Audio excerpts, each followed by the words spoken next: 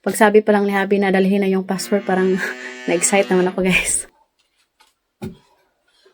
Ito yung passport naming 4. Bali ako lang yung good morning guys. Today pala is Sunday. And it's a good news. Bago yan, gusto ko muna magpasalamat sa ating Panginoon na siyang may-ari ng ating buhay. Pangalawa, sa aking hubby, pamilya ko dito sa Romania. And pangatlo is kayong lahat ng aming mga followers dito sa Facebook at saka sa YouTube. Thank you talaga sa inyo sa pagstay sa amin. Kahit sobrang hirap gumawa ng content pag winter, pero andyan pa rin kayo nanonood. Ulit na lang yung mga vlog ko dito sa loob ng bahay. Pero hindi pa rin kayo nagsawang suportahan kami. It's a good news kasi nga today, bibili na kami ng ticket pauwing Pilipinas. And hindi na po ako iiyak. Kasi nga guys, nung pag-uwi namin last year, grabing daming luha yung nalabas ko. Pati yung mga followers namin sobrang naiyak din. Pero this time, gusto ko lang talagang magpasalamat sa inyong lahat. Pagdating namin ng Manila, mag-stay pa kami ng 2 nights kasi nga alam nyo naman, kailangan namin magpahinga kay sobrang layo yung mga bata. Sobrang saya ko talaga. Thank you kay Lord talaga sa lahat ng guidance, blessings, lahat.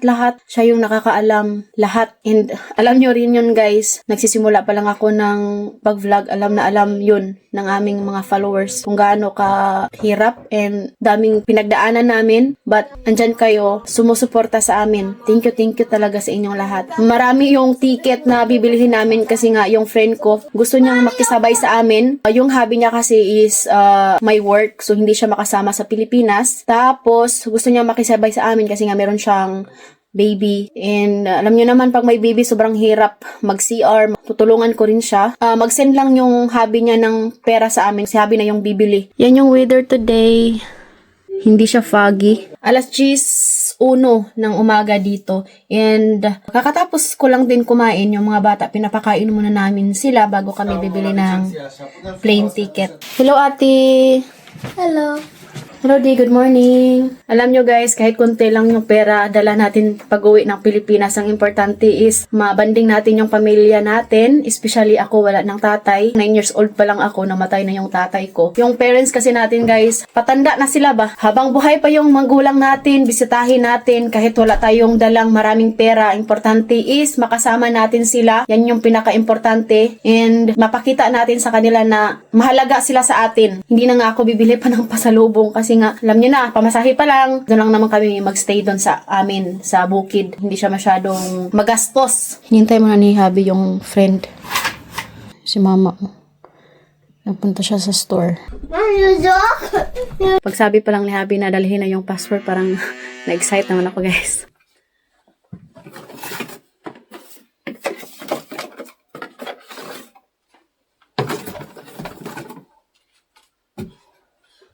Ito yung passport naming 4. Bali ako lang yung Philippine passport guys. Sa kanila ng mga bata, Romanian passport sila. Pwede ko naman silang kunan ng passport natin sa Pilipinas kasi nga na-report of birth ko din sila sa atin. Pero this time, Romanian passport yung gamit nila. Salut! Niciodată, serios? Știu Charlie and he's... Bucharest, Manila. So excited. Bring a chair, my love. Katisha, are you excited to go again in Philippines? Yes. Mommy, are you excited to go again in Philippines? Da. Lego? Alam niyo ba guys, si Edie ngayon, palagi niyang tinatanong kailan daw kami babalik ng Pilipinas. Excited ikaw, Di? After this, I want here. What you feel, my love? What you feel? I need to be very careful here. I feel stress to not mistake. De ce s-a făcut un pic yellow? Când se duce și când vine. Oh, Bun, Doamne ajută. Kaka-stress pa bumili ng ticket. Thank you, Lord. Yeah. My love, I mistake. It's one, is we Cebu Pacific one. Please, my love, don't joke. Pero very excited na naman. Ayan guys, okay na. Yay! Thank you, Lord. Finally, nakabili na kami ng tickets. See you soon, Pilipinas! So excited ba lang? So ngayon, kain muna kami. Nagluto pala si mama dito ng churba di borta.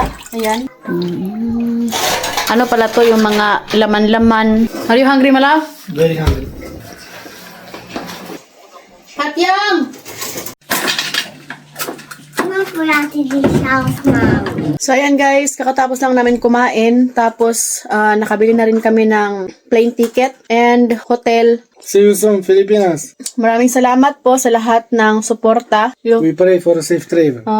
pray na lang na maging okay guys. Ang daming nagtanong kung ngayon ba kaming month uuwi, pero hindi po guys. So hindi ko na lang sabihin sa inyo guys kung kailan yung flight namin. Basta mag-update lang kami dito sa aming page. Maraming salamat po and God bless everyone. We love you all.